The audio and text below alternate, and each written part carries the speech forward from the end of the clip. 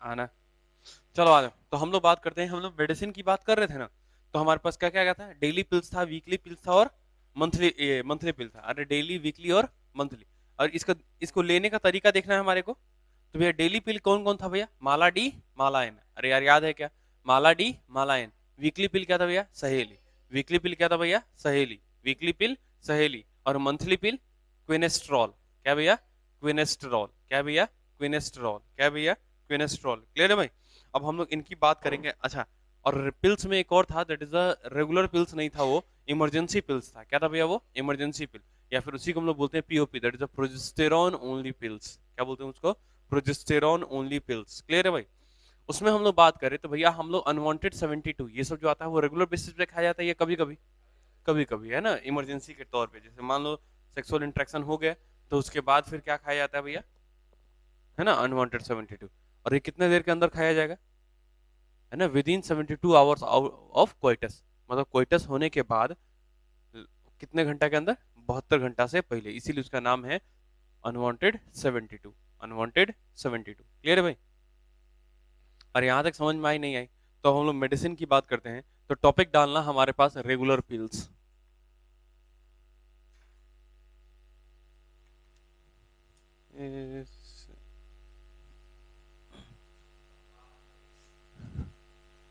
Topic डालना regular pills.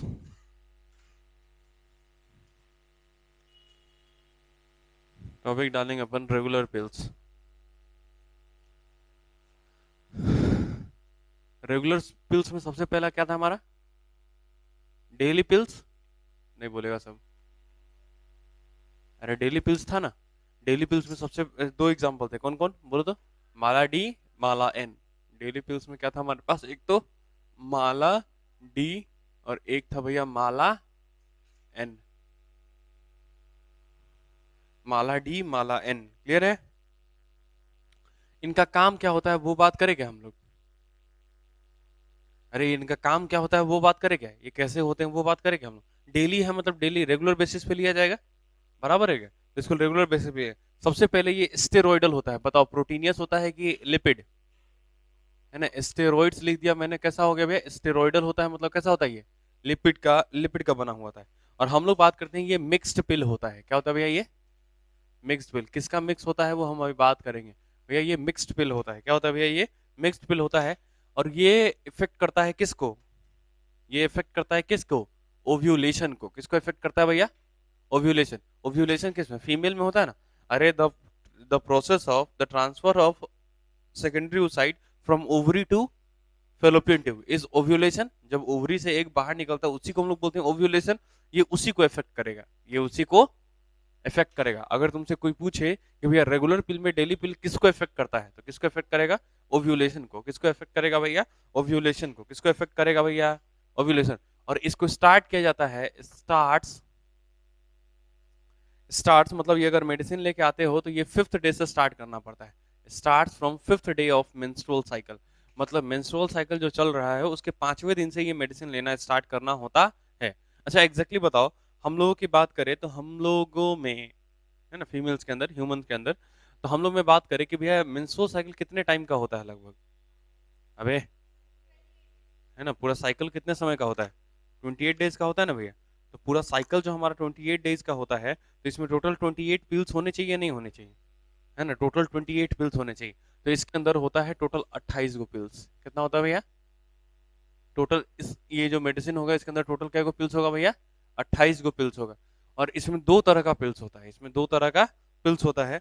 एक तरह का पिल्स होता है जो 21 गो होता है, और एक होता है 7 गो पिल्स। क्या होता है भैया, 21 गो और 7 गो, मतलब अलग अलग तुमको दिख जाएगा। एक तरह का क्या गो दिखेगा तुमको, 21 पिल्स दिखेंगे। और फिर क्या को दिखेगा तुमको, 7 गो पिल्स एक तरह का दिखेगा। एक तरह का कितना दिखेगा, 21 पिल्स, और एक तरह का दिखेगा 7 पिल्स। देखो 21 गो जो पिल होता है ना, वो हार्मोनल पिल होता है। कैसा होता है भैया वो, हार्मोनल पिल होता है। अरे बोलो भाई कैसा होता है, हार्मोनल। और इसमें होता है ईस्ट्रोजन प्लस प्रोजेस्टेरॉन। क्या होता है इसके अंदर, ईस्ट्रोजन प्लस प्रोजेस्टेरॉन। क्या होता है उसके अंदर, ईस्ट्रोजन और प्रोजेस्टेरॉन। और ये जो भैया 7 गो पिल्स होता है ना, 7 गो पिल्स, ये जो भैया 7 गो पिल्स होता है, इसमें आयरन पिल्स होते हैं। क्या होते हैं भैया, इसमें आयरन पिल्स होते हैं। इसमें क्या होते हैं भैया, आयरन पिल्स होते हैं। इनमें क्या होता है भैया? आयरन पिल होता है। बोलो यहाँ तक समझ में आ गई क्या बातें? अरे यहाँ तक बातें समझ में आ गई। चलो, fifth day of menstrual cycle है, बताओ कौन सा मेडिसिन लेना स्टार्ट करोगे? ये वाला, ये वाला? मान लो पहली बार हम लोग लेना लेना चालू कर रहे हैं डेली पिल। डेली पिल जो है पहली बार लेना स्टार्ट कर रहे हैं अपन, तो बताओ क्या क्या लेना चाहेंगे, पहले 21 वाला या पहले 7 वाला? पहले 21 वाला। जब मेंस्ट्रुअल साइकिल स्टार्ट हो जाएगा, तो जब 5वां दिन जिस दिन होगा मेंस्ट्रुअल साइकिल का, उस दिन हम इसमें से पहला मेडिसिन लेंगे। बराबर है क्या? अब देखो, एग्जैक्टली 28 दिन का मेंस्ट्रुअल साइकिल है हमारे पास, बराबर है ना? तो ये देखो, एग्जैक्टली 1 से लेके 5 दिन तक तो ब्लीडिंग फेज रहेगा। ये 28वां दिन हो गया, ये 14वां दिन हो गया। अरे हुआ नहीं हुआ? तो 5वें दिन से लेंगे तो 21 दिन तक कब तक जाएगा बोलो? अरे 5 से 21 कब तक जाएगा? 21 और 5 26। 26वें दिन तक जाएगा कि नहीं जाएगा? मतलब 26 डे तक क्या चला जाएगा? ये वाला। और उसका देखो इधर का 2 बचा क्या, और इधर का फिर 5 को साइकिल आएगा कि नहीं आएगा? तो फिर ये 7 दिन क्या लोगे? आयरन पिल। क्या लेंगे भैया ये 7 दिन? आयरन पिल। अरे बात समझ में आई क्या? तो ये इस तरह का होता है। अरे क्लियर है भाई?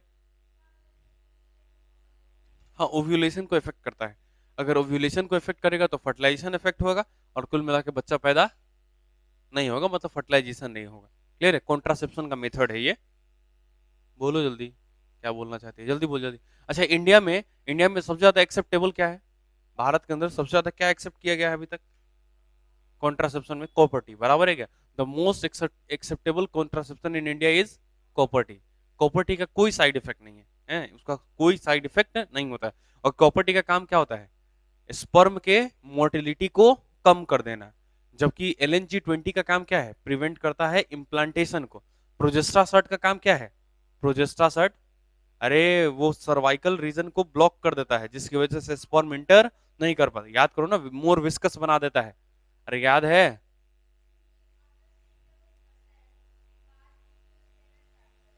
क्या? हाँ, फर्टिलाइजेशन नहीं हो। अबे 28 दिन तक नहीं, हमेशा लेगा, सालों भर। 28 दिन तक। ये तो एगो साइकिल हुआ ना, पूरा लेगा। ठीक है भाई? उसके बाद हम लोग आगे बात करते हैं। अगला है हमारे पास वीकली पिल, और वीकली पिल का नाम क्या है भैया?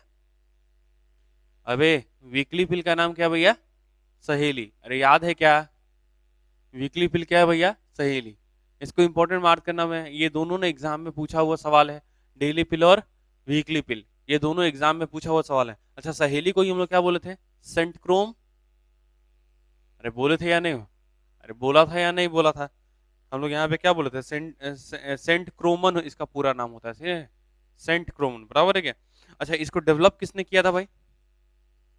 एक CDRI लखनऊ में है। कहा भाई? CDRI लखनऊ। इसी ने इसको बनाया था। इस मेडिसिन को किसने बनाया भैया? CDRI लखनऊ। किसने बनाया भैया? CDRI लखनऊ। और हम बोल रहे हैं भैया ये नॉन स्टेरॉइडल होते हैं, मतलब ये कैसा है? लिपिड है कि प्रोटीन है? बोलो, लिपिड है कि प्रोटीन है?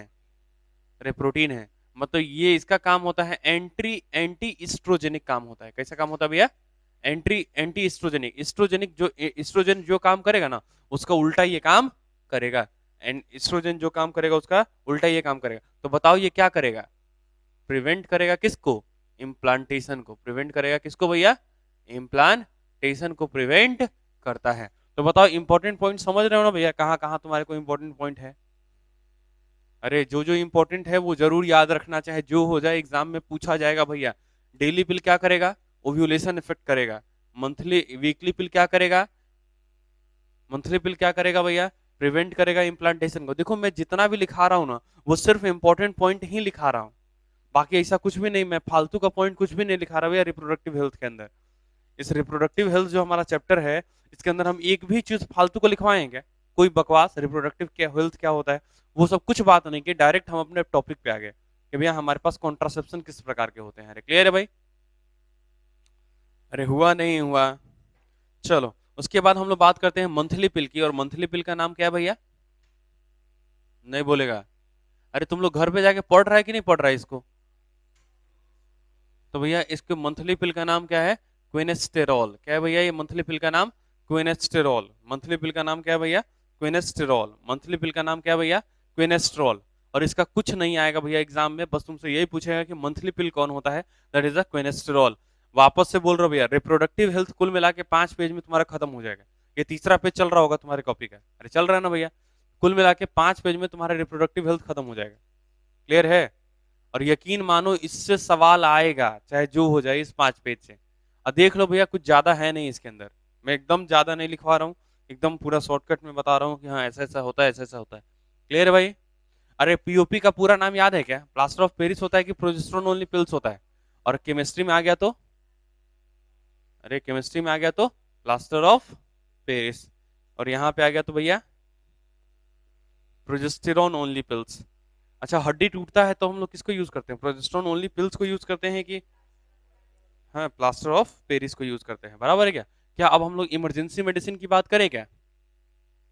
अरे हमारा खत्म हो गया ना। हम लोग बात करते हैं इमरजेंसी या फिर पीओपी। क्या बोल रहे हैं हम लोग इसको? पीओपी, या फिर इसी को हम लोग बोलते हैं मॉर्निंग पिल। क्या बोलते हैं हम लोग इसी को? मॉर्निंग पिल। क्या बोलते हैं हम लोग इसी को? Morning pills. क्या बोलते हैं हम लोग इसी को?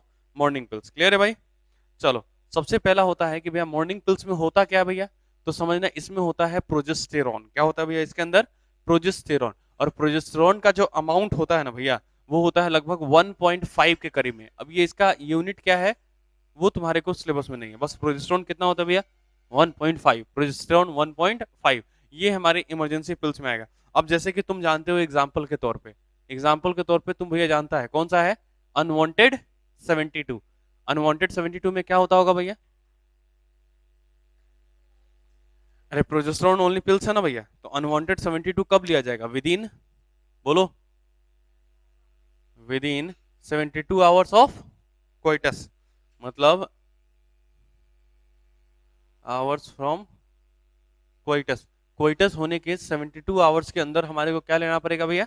अनवांटेड 72। क्या लेना पड़ेगा हमारे को? अनवांटेड 72। अरे क्लियर है भाई? चलो, और हम लोग अब इमरजेंसी कॉन्ट्रासेप्शन की बात करेंगे। ये सब इमरजेंसी पिल्स में ही आ जाएगा, बराबर है क्या? हम लोग बात कर रहे हैं इमरजेंसी कॉन्ट्रासेप्शन की। कॉन्ट्रासेप्शन, अच्छा एनर्जी, इमरजेंसी कॉन्ट्रासेप्शन बोल रहे हैं, मतलब हम इसमें दवा खाएंगे क्या? अरे दवा भी ले सकते हैं और कुछ दूसरा भी इम्प्लांट करवा सकते हैं ना बॉडी के अंदर। तो एक होता है भैया ई पिल्स। क्या होता है भैया? ई पिल्स। और या हम लोग यहाँ पे आईयूडी इम्प्लांट करवा सकते हैं। क्या करवा सकते हैं भैया? आईयूडी। आईयूडी का मतलब intra uterine devices, intra uterine devices. और ये भैया जो हम इम्प्लांट करेंगे, ये करेंगे with in 72 hours from coitus. कितना भैया? With in 72 hours from coitus. Coitus होने के बाद 72 घंटों के अंदर हम इसको इम्प्लांट करवाएंगे। अरे बात समझ में आया है क्या नहीं आया? अरे पीओपी पिल समझ में आया क्या? अरे बोलेगा नहीं सब अब। अरे पीओपी पिल समझ में आया कि नहीं आया?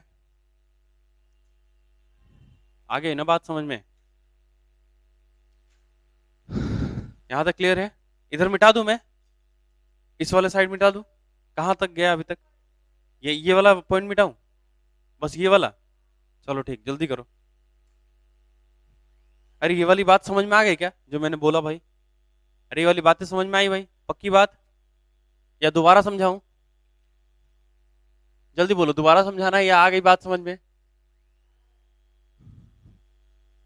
चलो, यहां तक कोई तकलीफ?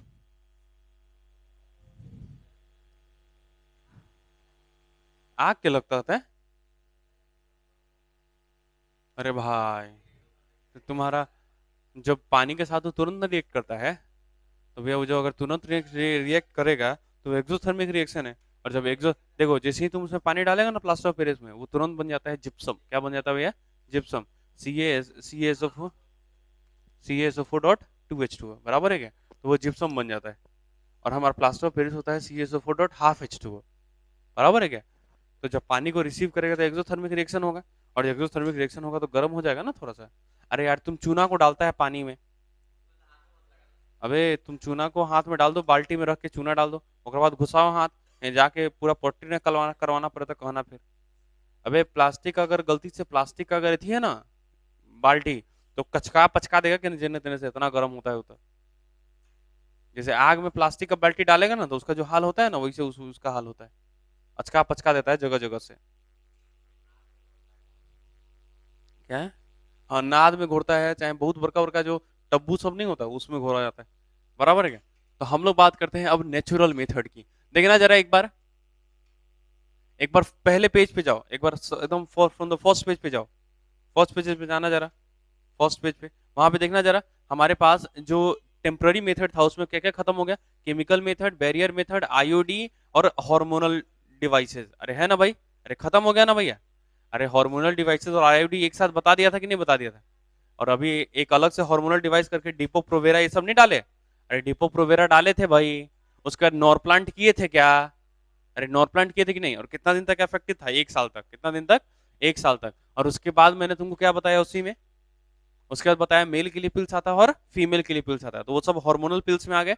और हमारा अब आखिरी क्या बचा भैया? नेचुरल पिल। नेचुरल पिल खत्म, चैप्टर खत्म। अरे क्लियर है ना? नेचुरल पिल खत्म, चैप्टर खत्म। अब नेचुरल पिल नहीं, मतलब नेचुरल मेथड। अब नेचुरल मेथड में क्या हो सकता है? सेक्स नहीं करो, अबे करो, बाहर निकाल लो, है कि नहीं? स्पर्म बाहर रिलीज करो। अच्छा, और क्या हो सकता है? एगो बच्चा पैदा हुआ, उसका 6 महीने तक करो, कोई दिक्कत नहीं है। अरे मेंस्ट्रुअल साइकिल नहीं आएगा ना? लैक्टेशनल एमिनोरिया होता है ना डे? अबे लैक्टोशनल एमिनो, तो यही सब नेचुरल मेथड है क्या? इसमें कुछ है क्या सिलेबस में? तो तुम्हारा ये चैप्टर कंप्लीट हो गया। अब बोलो जरा, लिखवा ले क्या पूरा नेचुरल मेथड? अरे बुआ सब इधर हो गया है, तुम नेचुरल मेथड लिखे। अगर नहीं समझ में आया होगा तो हम बताएंगे तुमको, ठीक है? मैं लिखता हूं पहले, अगर नहीं समझ में आए तो पूछना मेरे से, मैं बता दूंगा, ठीक है? थोड़ा जल्दी लिखो, क्योंकि मेरे को रिप्रोडक्शन का एक बार फिर से पढ़ाना है। एक बार रिप्रोडक्शन में कुछ नया पॉइंट मिला है जो पिछले साल क्वेश्चन आया था, उसको मेरे को फिर से बताना है। तो उसके लिए मेरे को टाइम लगेगा थोड़ा, तो उसको करो, ठीक है भाई? नेचुरल मेथड में बात करें तो नेचुरल मेथड में बताओ कोई साइड इफेक्ट होगा क्या? अरे यार सेक्स कर रहे हैं, बाहर से बाहर स्पर्म निकाल दिया तो साइड इफेक्ट हो जाएगा कुछ हो? अबे सेक्सुअल परफॉर्मेंस हो रहा है और मतलब जिस समय स्पर्म रिलीज होने वाला उस समय अगर बाहर निकाल लिया जाए, कोइटस इंटरप्शन करवा दिया जाए, तो साइड इफेक्ट हो जाएगा ना रे? नहीं ना होगा? तो almost no side effect, almost no side effect, कोई साइड इफेक्ट नहीं होता है। ये ज्यादा सही है कि नहीं? ऑलमोस्ट नो साइड इफेक्ट होता है। और बताओ, अगर मान लो कर रहा है तो हाई रिस्क होता है कि नहीं होता है? अरे नेचुरल मेथड पे अगर कोई भरोसा कर रहा है तो हाई रिस्क पे है कि नहीं है? मान लो तनी तनी स्पर्म निकल गया कहीं गलती से, अरे यार एक्साइटमेंट होता है, मान लो नहीं मन किया बाहर निकालने का, कंसीडर कर सकते हैं ना भैया अपन, चाहे कुछ भी हो। बराबर है क्या? हाई रिस्क होता है इसके अंदर, क्लियर है भाई? अरे यार हम लोग बोलते हैं कि जिसमें मेंस्ट्रुअल साइकिल आता है उसमें क्या क्या होता है उसको बता दिया, पता है? जरूरी थोड़ी है कि मेंस्ट्रुअल साइकिल आए तो भैया रिस्क पीरियड और सेफ पीरियड एकदम बराबर चल रहा हो। अभी फीमेल में इस बार आ गया 29 दिन में, अगला बार आएगा 32 दिन में, पता कैसे चलेगा ओव्यूलेशन कब हुआ? है ना? वही से पता लगाया जाता है। जिस दिन फीमेल में ओव्यूलेशन होता है ना, उस दिन फीमेल का टेम्परेचर 0.5 डिग्री फ़ारेनहाइट से बढ़ जाता है। कितना भैया? मतलब एक दिन उसको फीवर जैसा महसूस होता है फीमेल को, है ना? जिस दिन फीवर जैसा महसूस हो रहा है मतलब उस दिन ओव्यूलेशन हुआ है। तो जिस दिन फीवर जैसा महसूस होगा उस दिन ओव्यूलेशन हुआ रे, और उसके 4 दिन पहले करेगा वही तो करवा देगा। नहीं समझ में आया? अरे उसको अगर 4 दिन पहले किया है वो भी तो गड़बड़ कर देगा कि नहीं कर देगा? मतलब सबसे सेफ टाइम कब होता है? जब मेंस्ट्रुअल साइकिल खत्म हो तब, या फिर आने वाला है तब? अरे वही ना सबसे सेफ टाइम है। बीच का टाइम बहुत खतरनाक होता है भैया, हाई रिस्क पे रहता है, कुछ भी हो सकता है, एनीथिंग इज पॉसिबल। अब भाई कोई कोई स्पर्म जो है ना फीमेल बॉडी में जाने के बाद 7-7 दिन तक सर्वाइव कर जाता है। बराबर है क्या? अब वैसा अगर हो गया तो भैया दिक्कत है ना? अरे वैसा अगर हो गया तो दिक्कत है ना?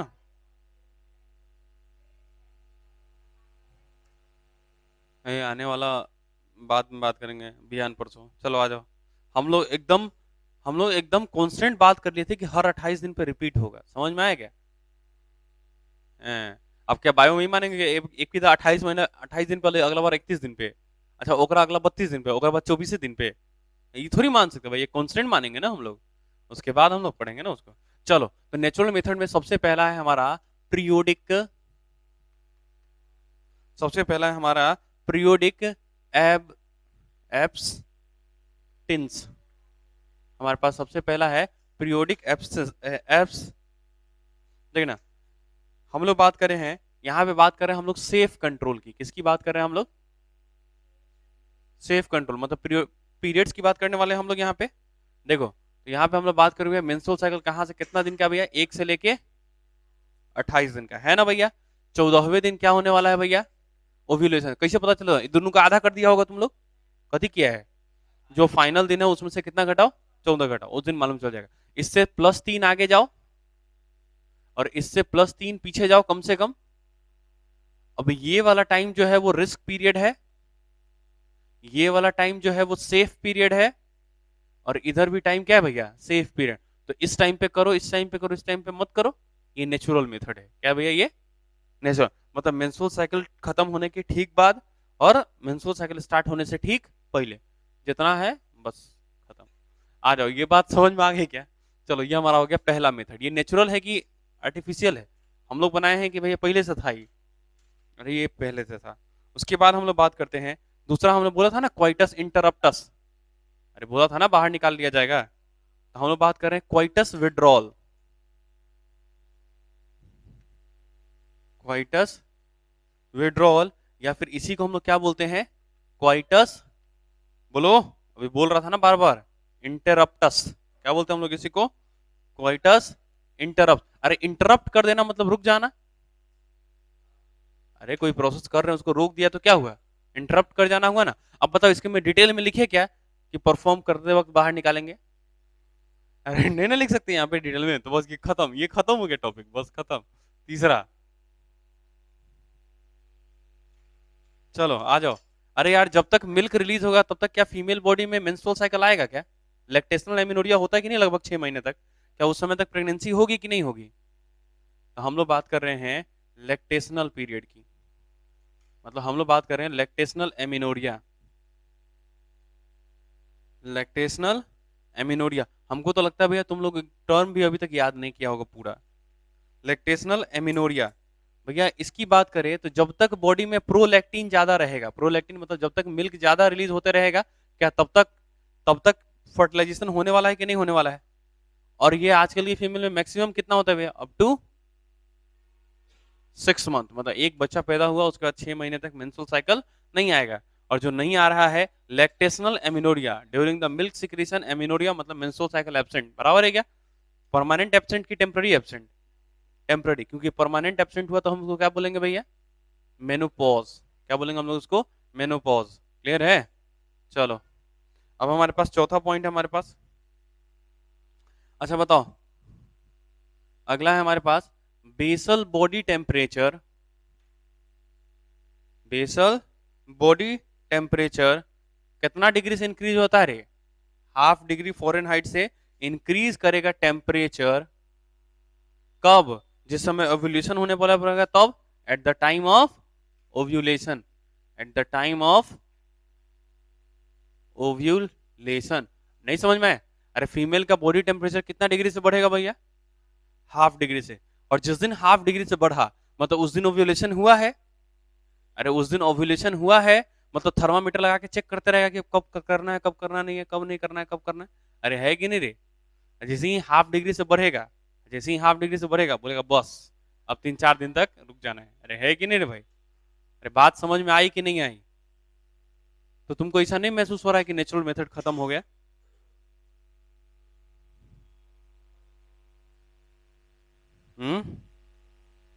क्या 3 नंबर में लिखे हैं भाई? Lactational amenorrhoea, LACTIONAL, lactational. अबे लैक्टेशनल होता है ना, लैक्टेशनल होता है ना, लैक्टेशनल एमिनोरिया, बराबर। लैक्टेशनल एमिनोरिया, क्लियर है भाई? अब इधर वाला मिटा दूं क्या? अब नहीं बोलेगा सब यार, ये चौक बहुत बुरा है यार, पूरा बोर्ड खराब कर देगा जब तक ये खत्म। पता नहीं।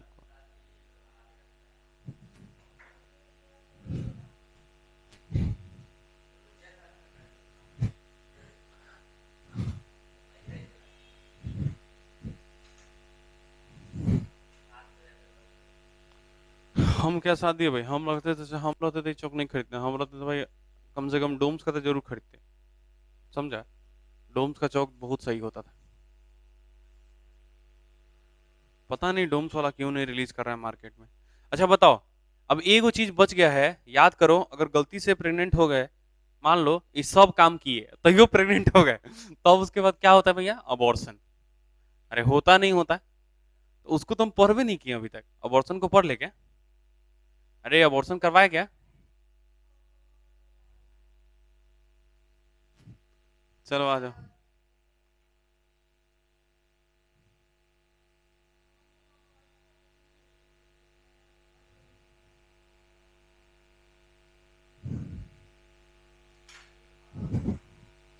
चलो आ जाओ, हो गया क्या यहाँ तक? अरे बोलो मियाँ, यहाँ तक हुआ क्या? चलो, तो हम लोग अबॉर्शन का, अबॉर्शन जो है ना, हम लोग अंग्रेजी में बोलते हैं एमटीपी। क्या बोलते हैं उसको? इसी टर्म को हम लोग बोलते हैं अबॉर्शन या फिर एमटीपी। क्या बोलते हैं भैया इसको? अबॉर्शन या फिर एमटीपी। एमटीपी का मतलब मेडिकल टर्मिनल प्रेगनेंसी, मतलब टर्मिनेट कर देंगे प्रेगनेंसी को। समझ में आया क्या? एमटी का पूरा, एमटीपी का पूरा नाम क्या हो गया भैया? Medical terminal. बताओ ये लीगल है कि अनलीगल है? इलीगल है।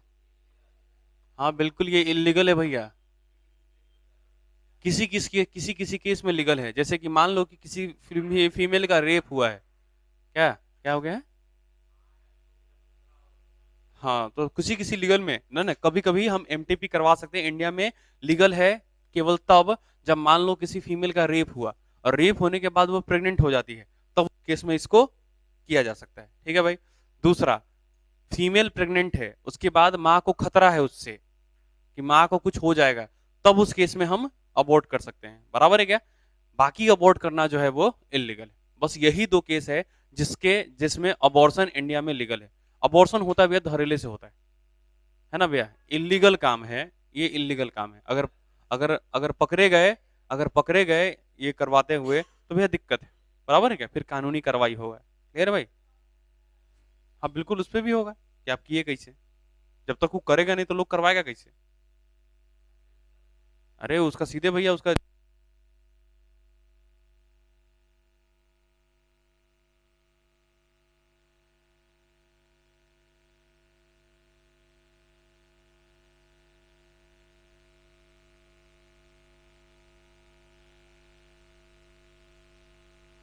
चलो आ जाओ। तो भैया देखना, ये भैया पूरी तरह से, पूरी तरह, अच्छा भारत में अब लीगल है कि इलीगल? भारत में इलीगल है कि लीगल? अबे it is legal in India only for, only for वही दो केस, अगर रेप हुआ, प्रेग्नेंट हो गई, तब करवा सकते हैं। नहीं तो ये लीगल इसी के लिए है, बाकी टाइम पे इलीगल है। मतलब उसके पहले पूरा इलीगल था, उसके पहले तुम करवा ही नहीं सकते थे। 1971 के बाद इसको लीगल कर दिया गया ये दो केस के लिए। बराबर है क्या? हाँ तो वो सब इलीगल था, तो हमेशा के लिए इलीगल था, अब ये लीगल हो गया है। ठीक है भाई? तो हम लोग बात करें, हम लोग बात करें कि 1971 में, इन 1971, 1971 in India, in India legalised हुआ ये इंडिया में कब लीगलाइज्ड हुआ भैया? 1971 में लीगलाइज्ड हुआ इंडिया में। क्लियर है भाई? अरे इंडिया में कब लीगलाइज्ड हुआ भैया? 1971 में। क्या हर केस में करवा सकते हैं क्या? नहीं, आज आज मन कर रहा है अबॉर्शन करवाना, करवा सकते हैं क्या? नहीं, ऐसा केस नहीं हो सकता है ना? हाँ बिल्कुल। तो भैया देखो, हमारे पास जो प्रेगनेंसी का टाइम होता है उनमें हम तीन क्लास में डिवाइड किए थे। एक था हमारा फर्स्ट ट्राइमेस्टर, दूसरा था हमारा सेकेंड ट्राइमेस्टर, तीसरा क्या था भैया?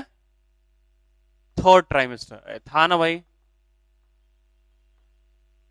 तीसरा क्या था भाई? Third trimester. बताओ किस टाइम पे अबॉर्शन सेफ होगा? फर्स्ट, शुरुआत के 3 महीने में अबॉर्शन एकदम आराम से हो सकता है। बराबर है क्या? तो हम लोग बात करें कि फर्स्ट ट्राइमेस्टर में रिलेटिवली सेफ होता है, रिलेटिवली सेफ होता है।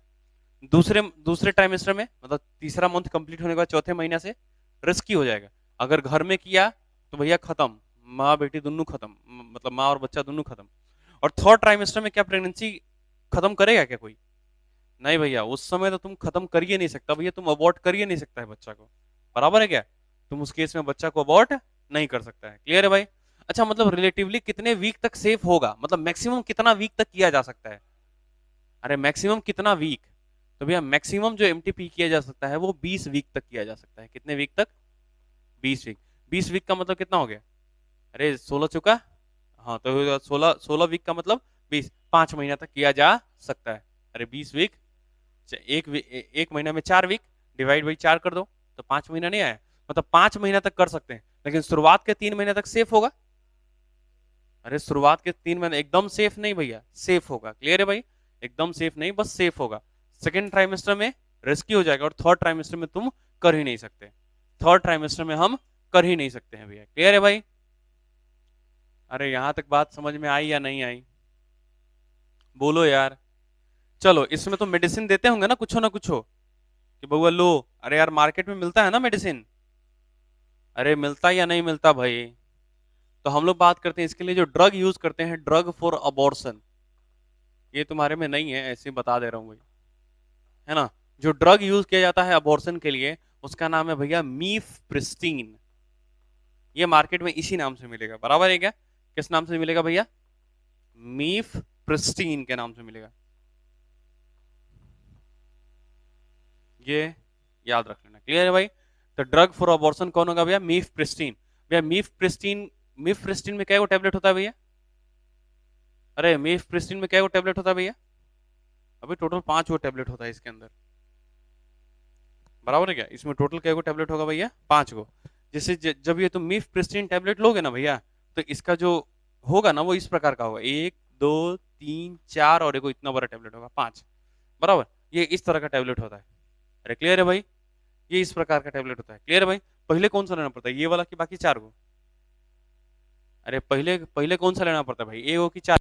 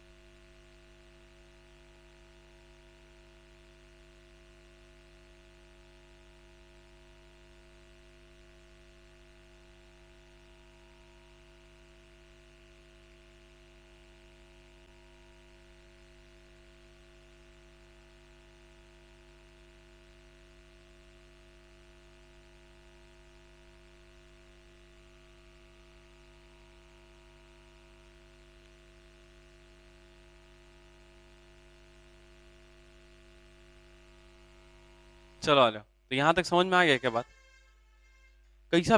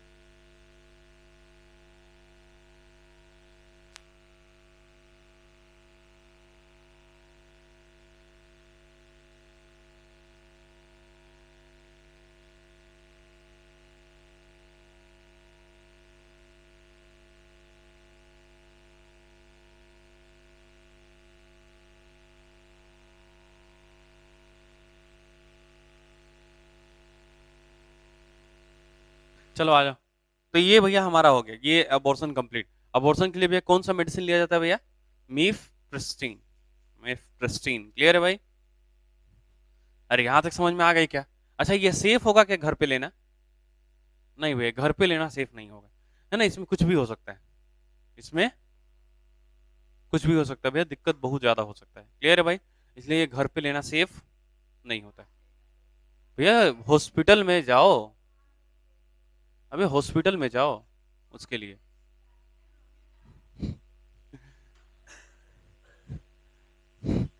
अब यार देखो काफी सारी मजबूरी होती है जिसमें आदमी को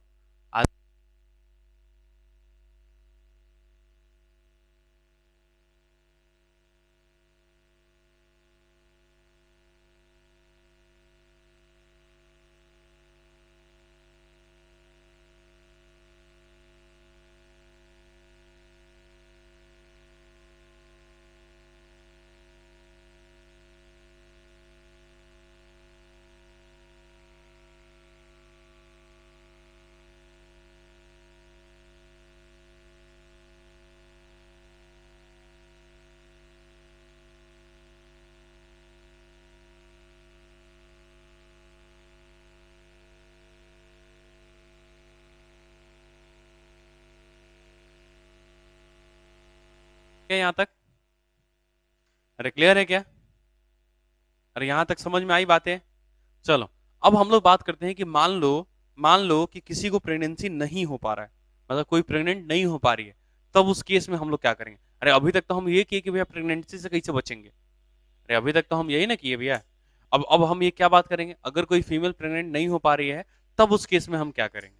अरे क्लियर है क्या? अगर मान लो किसी में फीमेल में इनफर्टिलिटी का केस आता है, तो अब हमारे पास टॉपिक है इनफर्टिलिटी। बताओ एनसीईआरटी में दिया है क्या? बिल्कुल, वो पूरा का पूरा टॉपिक है, बॉक्स बना के नहीं दिया है, बराबर है क्या? तो हम लोग बात करें इनफर्टिलिटी, बराबर है क्या? तो इनफर्टिलिटी में जो हम तरीका यूज करते हैं उसको हम लोग बोलते हैं आर्ट। अरे ये आर्ट है ना भाई, बच्चा पैदा करवा देना जिसको नहीं हो रहा है, ये आर्ट नहीं है, ये बहुत बड़ा आर्ट है, बराबर है क्या? तो इसको क्या बोलते हैं हम लोग? आर्ट। क्या बोला जाता है इसको भैया? आर्ट। क्या बोला जाता है इसको? पूरा आर्ट। इसका पूरा नाम होता है असिस्टेड रिप्रोडक्टिव टेक्निक। क्या बोलते हैं इसको? असिस्टेड, ASSISTED, असिस्टेड रिप्रोडक्टिव,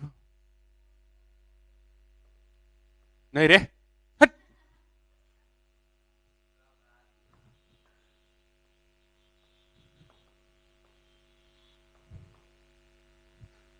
अभी अभी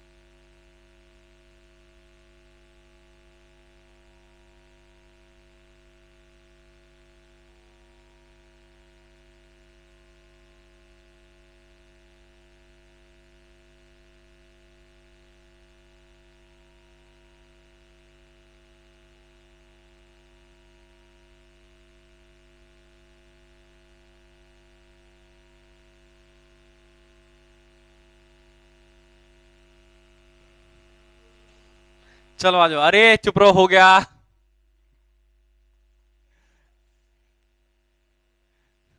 चलो आ जाओ। तो हम लोग बात करते हैं भैया फर्टिलाइजेशन। अरे चुप रहो, अरे इधर चुप रहो भैया, हमारे पास फर्टिलाइजेशन दो। अरे भाई साहब, ये तो गजब लड़की सब है, बोल रहे चुप रहो, इधर देखो इधर देखो इधर देखो, कैसन पागल लड़की है, फेंक देंगे उठा के, मजा आएगा तुमको, देखो इधर। तो हम लोग बात करते हुए दो तरह का फर्टिलाइजेशन हो सकता है। एक होता है इन विट्रो फर्टिलाइजेशन। क्या होता है भैया? एक इन विट्रो फर्टिलाइजेशन, और एक होता है भैया,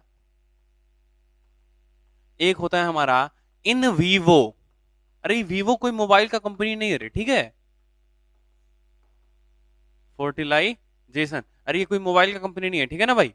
ये प्रोसेस है इन विट्रो और in vivo fertilisation, in vitro और इन वीवो फर्टिलाइजेशन। चलो, अगर fertilisation inside the female body, अरे नेचुरल फर्टिलाइजेशन कहाँ होता है? फीमेल बॉडी के अंदर कि उसके बाहर? अरे उसके अंदर ही ना होता है। अगर फर्टिलाइजेशन फीमेल बॉडी के अंदर ही हो, इधर देखो, अगर फर्टिलाइजेशन फीमेल बॉडी के अंदर हो तब हम उसको क्या बोलेंगे? इन विट्रो की इन वीवो, तब हम उसको बोलेंगे इन वीवो फर्टिलाइजेशन। क्या बोलेंगे हम लोग उसको? In vivo fertilisation. क्या बोलेंगे हम लोग उसको? In vivo. मतलब हम लोग बोलेंगे इनसाइड फीमेल बॉडी, मतलब फर्टिलाइजेशन इनसाइड, अरे बोलो ना रे, फर्टिलाइजेशन इनसाइड फीमेल बॉडी, मतलब फीमेल बॉडी के अंदर अगर फर्टिलाइजेशन होता है तब हम उसको क्या बोलेंगे भैया? In vivo. अरे यार ये यूट्रस इसी प्रकार होता है ना भाई, और यहीं पे ना एग होता है, तो यहीं पे फर्टिलाइजेशन हो जाएगा। अरे फर्टिलाइजेशन यहीं पे हो गया, तब हम बोलेंगे इसको इन वीवो। क्या हम यही पढ़ेंगे क्या? अरे तो नेचुरल मेथड है कि नहीं है? तो बताओ, हम लोग इन विट्रो पढ़ने वाले हैं क्या? हम लोग पढ़ने वाले हैं इन विट्रो, मतलब फर्टिलाइजेशन है। कहाँ आर्ट का है? Assisted, ASSISTED, assisted reproductive technique. अच्छा, तो हम लोग इन विट्रो में फर्टिलाइजेशन कहाँ करवाएंगे? Outside of the female body की inside of the female body? Outside from female body, outside of female body, female body से बाहर हम फर्टिलाइजेशन करवाएंगे, फीमेल बॉडी से हम बाहर फर्टिलाइजेशन करवाएंगे। इसमें भैया दो तरीका हम बता सकते हैं, बराबर है क्या? एक जो तरीका है हमारे पास वो है हमारा ZIFT, दूसरा जो तरीका है हमारे पास वो है हमारा IUT। IUT, या फिर इसी को हम लोग बोलते हैं टेस्ट ट्यूब बेबी। अरे कभी टेस्ट ट्यूब बेबी सुना रे? है ना, टेस्ट ट्यूब बॉडी नहीं, बेबी, है ना। हाँ होता है, ये सब नेचुरल टाइप का होता है। क्लियर है भाई? उसके बाद हम लोग बात करें, जो तीसरा होता है वो होता है ICSI। बराबर, ये कुछ हो गए हमारे पास। क्लियर है भाई? चलो, हम लोग ZIFT में क्या करते हैं वो हम लोग बात करते हैं। ठीक है भाई? देखो, ये हो गया यूट्रस, ये हो गया यूट्रस। यूट्रस, देखो ये जाइगोट को हम क्या करेंगे, फेलोपियन ट्यूब में ट्रांसफर करेंगे। तो जाइगोट जब होगा, देखो ZIFT में क्या करते हैं वो देखो जरा। ZIFT में कहाँ गया, कोई दूसरा कलर नहीं है क्या इसमें? हाँ है तो हम लोग इसमें बात करते हैं up to up to blastomere, blastomere 8 celled stage. 8 celled stage होगा, up to 8 celled stage blastomere, up to 8 celled stage blastomere. जब ऐसा कंडीशन होगा तब हम इसके फेलोपियन ट्यूब में हम ट्रांसफर करवा सकते हैं। और ये हमारा भैया जाइगोट है, हम जाइगोट का ट्रांसफर करवा रहे हैं। ठीक है भैया? और दूसरा है हमारे पास, जब इसका ट्रांसफर करवाएंगे 16 टू 32 सेल्ड स्टेज में। कब करवाएंगे? 16 टू 32 सेल्ड स्टेज में। और ये डायरेक्ट करवाएंगे भैया यूट्रस के अंदर। कहाँ करवाएंगे भैया? यूट्रस। और ये ZIFT करो चाहे IUT करो, ये दोनों ही क्या है, हमारा टेस्ट ट्यूब बेबी है। क्या है भैया? ये दोनों टेस्ट ट्यूब बेबी होता है, IVF, इन विट्रो फर्टिलाइजेशन। चलो, यहां तक कर लो। इसके बाद ZIFT, इस सब का मैं फुल फॉर्म बताता हूँ। ZIFT, IUT और ICSI का, तीनों का फुल फॉर्म बताएंगे अपन। क्लियर है भाई? करो जरा जल्दी से,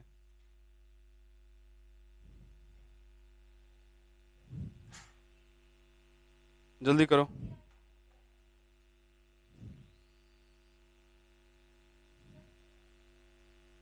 क्या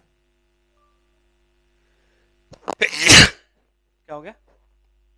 हाँ बिल्कुल, ये भैया यूट्रस है। ठीक है, अभी मैं बताऊंगा ना, समझ में आ जाएगा। तुम बस बनाओ ना, जैसा बना हुआ है वैसा बनाओ जल्दी से। बस जैसा बना हुआ है वैसा बनाओ, अभी मैं बताऊंगा, तुमको समझ में आ जाएगा कि अच्छा वो क्या है।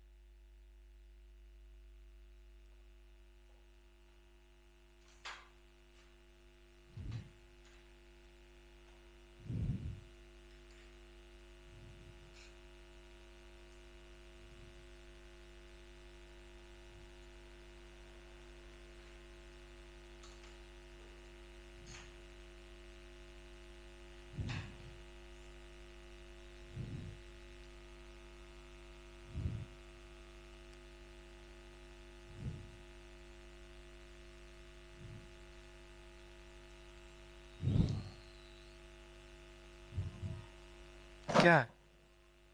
Up to 8 celled stage blastomere, blastomere. ठीक है? और कॉपी की छत पे सबका फुल फॉर्म लिख लेना, मैं यहाँ पे लिख रहा हूँ। ZIFT का मतलब होता है zygote intra fallopian tube transfer, zygote intra fallopian tube transfer.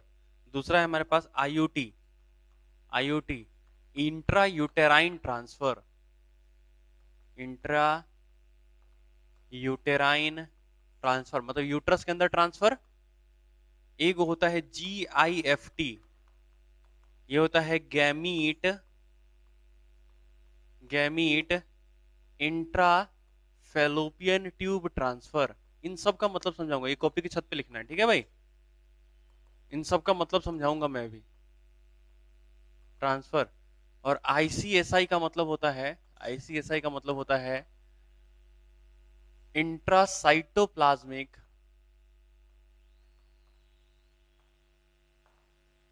Cytoplasmic sperm injection.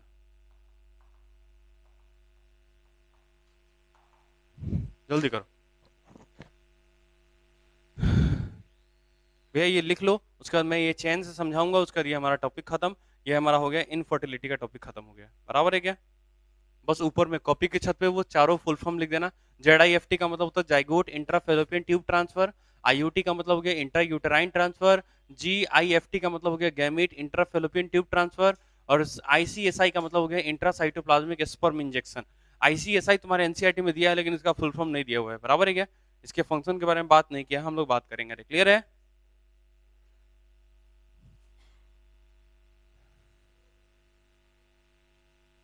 चलो बात करें कि हम लोग, हो गया क्या सबका?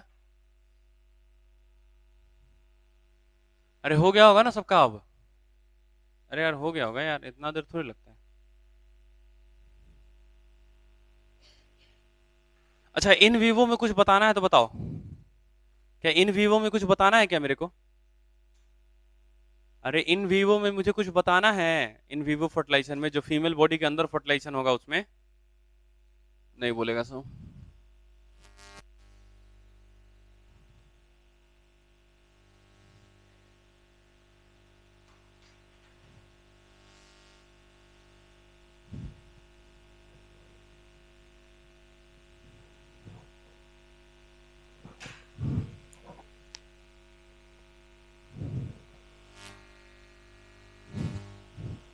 और ये ICSI जहां लिखा है ना वहीं पे उसका फुल फॉर्म लिख देना, क्योंकि उसमें कुछ है नहीं।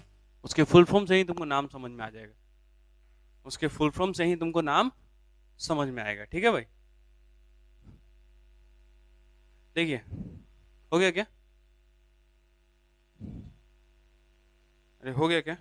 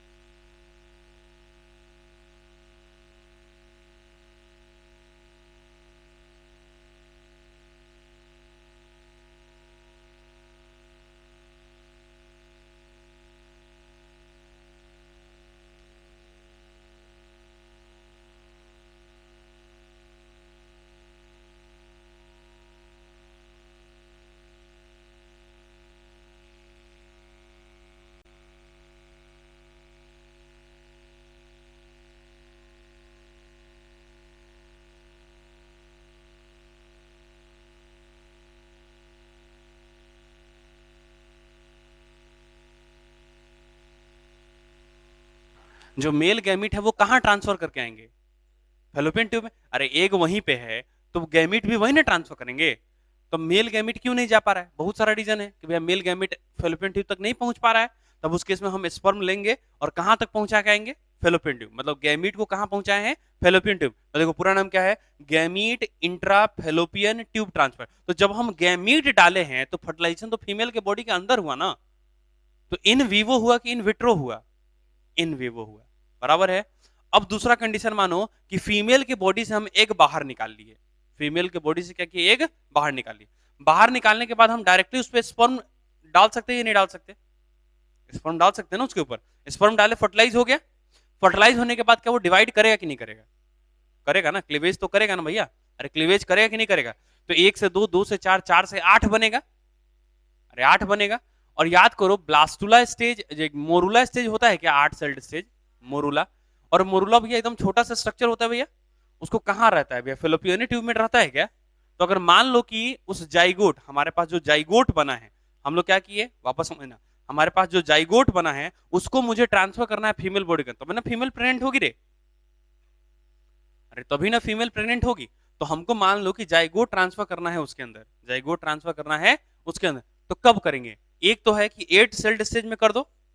अगर 8 सेल्ड स्टेज में करते हो तो उस समय हमारा जो जाइगोट होता है वो अभी तक फेलोपियन ट्यूब में ही रहता है, वो तो अपने आप में धीरे धीरे ट्रांसफर होगा यूट्रस की तरफ, तो हम भी ट्रांसफर कहां करवा देंगे? फेलोपियन ट्यूब में। लेकिन अगर 16 से 32 या फिर 64 सेल्ड स्टेज बन चुका है तब हम ट्रांसफर कहां कराएंगे? फेलोपियन ट्यूब में कि यूट्रस में? यूट्रस में। तो दो कंडीशन, जेडआईएफटी मतलब zygote intra fallopian tube transfer है क्या, मतलब जाइगोट को हम ट्रांसफर करेंगे किस में? फेलोपियन ट्यूब में। तो कब? 8 सेल्ड स्टेज में। सही है। अगला है हमारे पास आईयूटी, इंट्रा यूटेराइन ट्रांसफर। क्या है? इंट्रा यूटेराइन ट्रांसफर मतलब यूट्रस में ट्रांसफर करना है। तो बताओ 8 सेल्ड स्टेज में करेंगे कि 32 सेल्ड स्टेज में करेंगे 64? अरे यार 16 से तो ऊपर में जाएंगे, 32 या 64 सेल्ड स्टेज में हम यूट्रस में ट्रांसफर करेंगे, ताकि 7 दिन कंप्लीट हो चुका होगा फर्टिलाइजेशन से। अरे हो गया। अब तुम एक बात बताओ, मान लो कि हम एग निकाले, मान लो हम क्या निकाले? एग निकाले, और हम उस पर स्पर्म डाले, फर्टिलाइज हो गया। लेकिन मान लो कि स्पर्म उसको फर्टिलाइज नहीं कर पा रहा है, मतलब स्पर्म का एंजाइम अच्छे से काम नहीं कर पा रहा है, जिसकी वजह से एग का जो लेयर है ना उसको डिसॉल्व नहीं कर पा रहा है। तो हम क्या कर रहे? अब क्या करेंगे हम लोग? स्पर्म को क्या करेंगे? इंजेक्शन में भरेंगे। अरे बोलना रे, अरे बोलो, इधर देखो इधर। स्पर्म को हम लोग इंजेक्शन में भरेंगे, इंजेक्शन में भर के क्या करेंगे? अंडा को पकड़ेंगे साले को, और उसके अंदर इंजेक्शन देके जिससे मार देंगे अंदर से। अरे बोलो, क्या सीधे स्पर्म उसके अंदर घुस गया क्या? अरे एग के अंदर गया कि नहीं गया? तो देखो तो, इंट्रासाइटोप्लाज्मिक मतलब साइटोप्लाज्म के अंदर स्पर्म का इंजेक्शन दिए हैं। सही है, मतलब एग के अंदर साइटोप्लाज्म है, उसके अंदर हम क्या किए? स्पर्म का इंजेक्शन दिए। तो भैया ये कब हो सकता है? बाहर निकाल के कि अंदर डाले? बाहर निकाल के। तो किस में आएगा? इन विट्रो में कि इन विवो में? In vitro. समझ में आया क्या? अरे समझ में आ गई क्या बातें? ये डायग्राम अब समझ में आ गया? अरे आईसीएसआई क्या है वो समझ में आ गया? अरे बोलो ना। हाँ तो बोलो जल्दी। हाँ, अरे कुछ नहीं, मैसेज पे अंडा रिलीज हुआ, इसके 14 दिन बाद ही ना आने वाला है मेंस्ट्रुअल साइकिल। अंडावा को निकाल लिए, फर्टिलाइज कर लिए, जब तक मेंस्ट्रुअल साइकिल आएगा उससे पहले इंसर्ट भी कर दिए, एंडोमेट्रियम तो तैयार है, ये है बात खत्म। अरे मान लो फीमेल में जिस दिन ओव्यूलेशन होगा उसके 14 दिन बाद है ना मेंस्ट्रुअल साइकिल आएगा, और उसके अंदर अगर हम फिर से इम्प्लांट कर दिए फीमेल बॉडी के अंदर, वो भी एकदम पूरा फर्टिलाइज है, तो वो तो ये नहीं समझेगा कि हमारे अंदर फर्टिलाइजेशन हुआ है, तो उसको पालने लगेगा ना बे, नहीं पालने लगेगा। तो जब उसको पालने लगा तो उसका घेरा पता चल रहा है। और जिस फीमेल में से निकाले हैं उसका तो एकदम प्रॉपर है ना भाई। आज एक अगर आज निकाले हैं तो 14 दिन बाद मेंस्ट्रुअल साइकिल आएगा, आज तो आ नहीं सकता चाहे जो हो जाए। अरे वो तो अभी कॉर्पस ल्यूटेम मेंटेन करेगा ना उसको, तो हम लोग ऐसा काम कर लेते हैं। और अगर हम गैमीट ट्रांसफर कर रहे हैं फेलोपियन ट्यूब में तो वो इन विट्रो है कि इन विवो? अरे गैमीट ट्रांसफर कर रहे हैं मतलब फर्टिलाइजेशन अंदर करवाना चाहते हैं, तो वो in vivo type of fertilisation है, बराबर है क्या? और ये तुम्हारा खत्म हो गया भैया इनफर्टिलिटी। अगर किसी में इनफर्टिलिटी का केस है तो ये हमारा खत्म हो गया, बराबर है क्या? अरे बराबर है क्या? और बहुत सारी फीमेल होती है जिसका यूट्रस सह नहीं पाता है वजन को, बराबर है क्या? उस केस में हम क्या करते हैं? एग को निकालते हैं, एग को निकालते हैं, फर्टिलाइज करते हैं, और वैसे ने कोई मदर ढूंढते हैं जिसका मेंस्ट्रुअल साइकिल इसी रेंज में चल रहा हो। बहुत सारी फीमेल मिल जाएगी भैया, और उसके अंदर इम्प्लांट कर देंगे। और उसके अंदर इम्प्लांट कर देंगे तो क्या होगा? बच्चा उसके अंदर बनेगा, लेकिन बच्चा रहेगा किसका? अरे वो तो दूसरा, जिसका अंडा और जिसका स्पर्म है उसका बच्चा है, लेकिन पल रहा है दूसरे के अंदर, उसको बोलते हैं सेरोगेट मदर। क्या बोलते हैं हम लोग उसको? Surrogate mother. क्या बोलते हैं हम लोग उसको? Surrogate mother. तो समझ में आया कि इनफर्टिलिटी को कैसे खत्म करता है आजकल। अरे in vitro in vivo fertilisation कैसे, टेस्ट ट्यूब बेबी क्या होता है समझ में आया? अरे यार जो हम अंडावा निकालेंगे वो टेस्ट ट्यूब में रखेंगे ना, स्पर्मा तो टेस्ट ट्यूब में डाल के ना फर्टिलाइजेशन करवाएंगे, तो टेस्ट ट्यूब बेबी। नहीं समझ में आया? तो हो गया वो टेस्ट ट्यूब बेबी। अगर अब भी नहीं आया ना तो अब मर जाओ तुम लोग, अब हम दोबारा नहीं बताएंगे। हो गया? ये हो गया भैया चैप्टर खत्म। और एक वो थोड़ा सा छोटा सा बात है उसको थोड़ा सा पढ़ लेते हैं, क्लियर भाई? टॉपिक डालना एक्स्ट्रा पॉइंट्स। अरे फीमेल में कौन सा हार्मोन कंफर्म करेगा कि प्रेग्नेंट है female? HCG, human chronic gonadotropin. Video अगर देखा हो तो मिला होगा उसमें। नहीं, HCG यूरिन में क्या आता है? HCG जो प्रेगन यूज होता है उसमें क्या करो? यूरिन पास करो। जब उसमें यूरिन पास करोगे तो 2 लाल हो गया, इसका मतलब प्रेग्नेंट है, और 1 लाल हुआ मतलब प्रेग्नेंट नहीं है। अरे बात समझ में आ गया? अरे आई नहीं आई? तो टॉपिक डालो एक्स्ट्रा पॉइंट। हम लोग टॉपिक डालेंगे एक्स्ट्रा पॉइंट। उस टेस्ट को क्या बोलते हैं वो सब नाम पढ़ेंगे कि नहीं पढ़ेंगे रे? Extra point. और इसमें डालना पहले नंबर पे इसको हम लोग बोलते हैं ग्रेविटेक्स टेस्ट। ग्रेविडेक्स टेस्ट। क्या तुम खुद नहीं कंफर्म कर सकता है क्या इसको? अरे कर सकता है ना। जैसे ही जिस दिन प्रेगनेंसी होगी ना, उसके 2-4 दिन बाद, 10 दिन बाद से क्या आने लगता है यूरिन में? HCG। HCG क्या कहाँ से आने लगेगा भैया? यूरिन में आने लगेगा। अरे क्लियर है भाई? तो लिखेंगे ग्रेविटेक्स टेस्ट में क्या है, इसमें हम लोग क्या करते हैं, प्रेजेंस ऑफ HCG। क्या नाम है इसका पूरा नाम? ह्यूमन क्रोनिक गोनेडोट्रोपिन है। गोनेडोट्रोपिन हार्मोन कहाँ आएगा भैया? HCG हार्मोन कहाँ आएगा बोलो? अरे बोलो ना। इन द यूरिन की in the blood? In the urine, पेशाब के रास्ते बाहर आने लगेगा भैया। In the urine of female की मेल? फीमेल। किसको कंफर्म करेगा?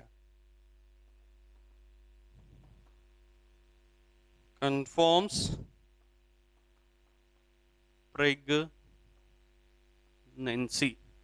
प्रेगनेंसी को कंफर्म करेगा। कोई दिक्कत हो? रिप्रोडक्शन खत्म, रिप्रोडक्टिव हेल्थ खत्म। बात क्लियर है? अरे एनसीईआरटी में जितना था सब खत्म हो गया ना भैया। ये खत्म, ये चैप्टर खत्म। अब इसमें एक सिंगल पॉइंट नहीं बचा।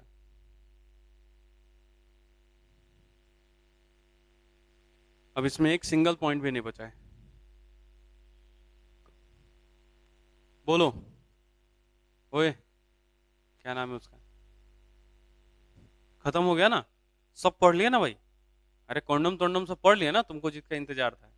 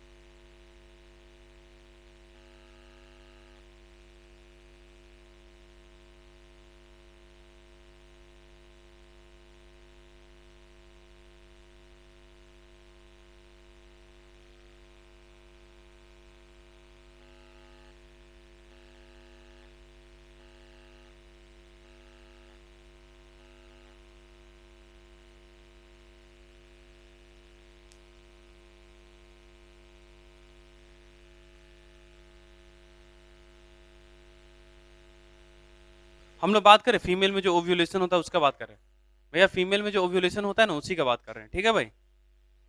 चलो लिखो। थोड़ा सा है क्या, इसको छोड़ा जाए? नहीं नहीं नहीं नहीं, जहां पे तुम्हारा चैप्टर खत्म हुआ है ना, जहां पे तुम्हारा चैप्टर खत्म हुआ है ना, रिप्रोडक्शन। हाँ हाँ, वहीं पे लिख लेना जहां पे चैप्टर खत्म हुआ, वहीं पे अगला लाइन। ठीक है? जहां चैप्टर खत्म हुआ है वहीं पे लिखना अगला लाइन। ठीक है भाई?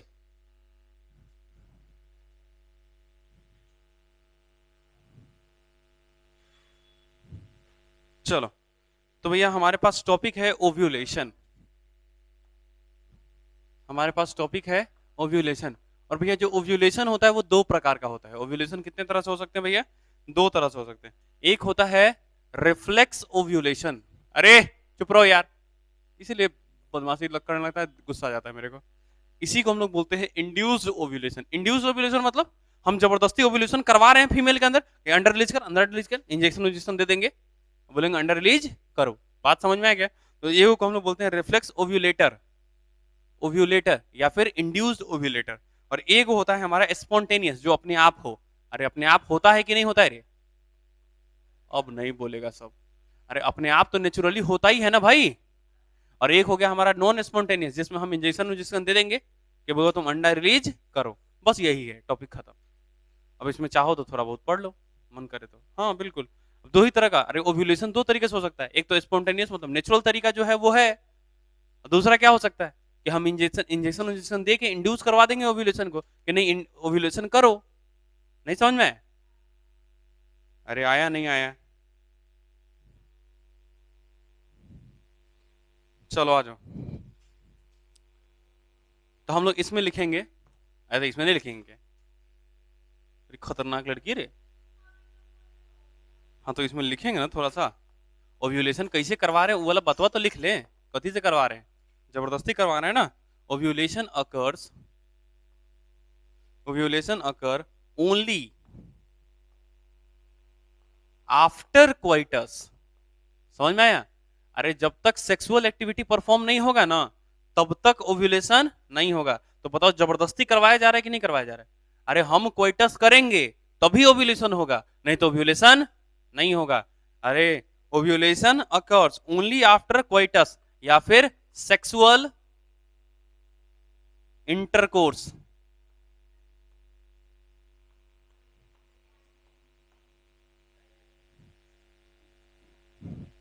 एग्जाम्पल हो जाएगा भैया फीमेल रैबिट। कभी रैबिट जानते हो भैया? रैबिट जानते हो? रैबिट है ना भैया, खरगोश की जो फीमेल होती है ना, उसके साथ जब सेक्सुअल एक्टिविटी परफॉर्म होगा ना, केवल तभी एग रिलीज होगा, नहीं तो एग रिलीज नहीं होगा। मतलब फालतू में वो एग रिलीज नहीं करती है भैया। सेक्सुअल एक्टिविटी परफॉर्म करो तो एग निकलेगा, नहीं तो नहीं निकलेगा। अरे कितना सही है ना भाई ये।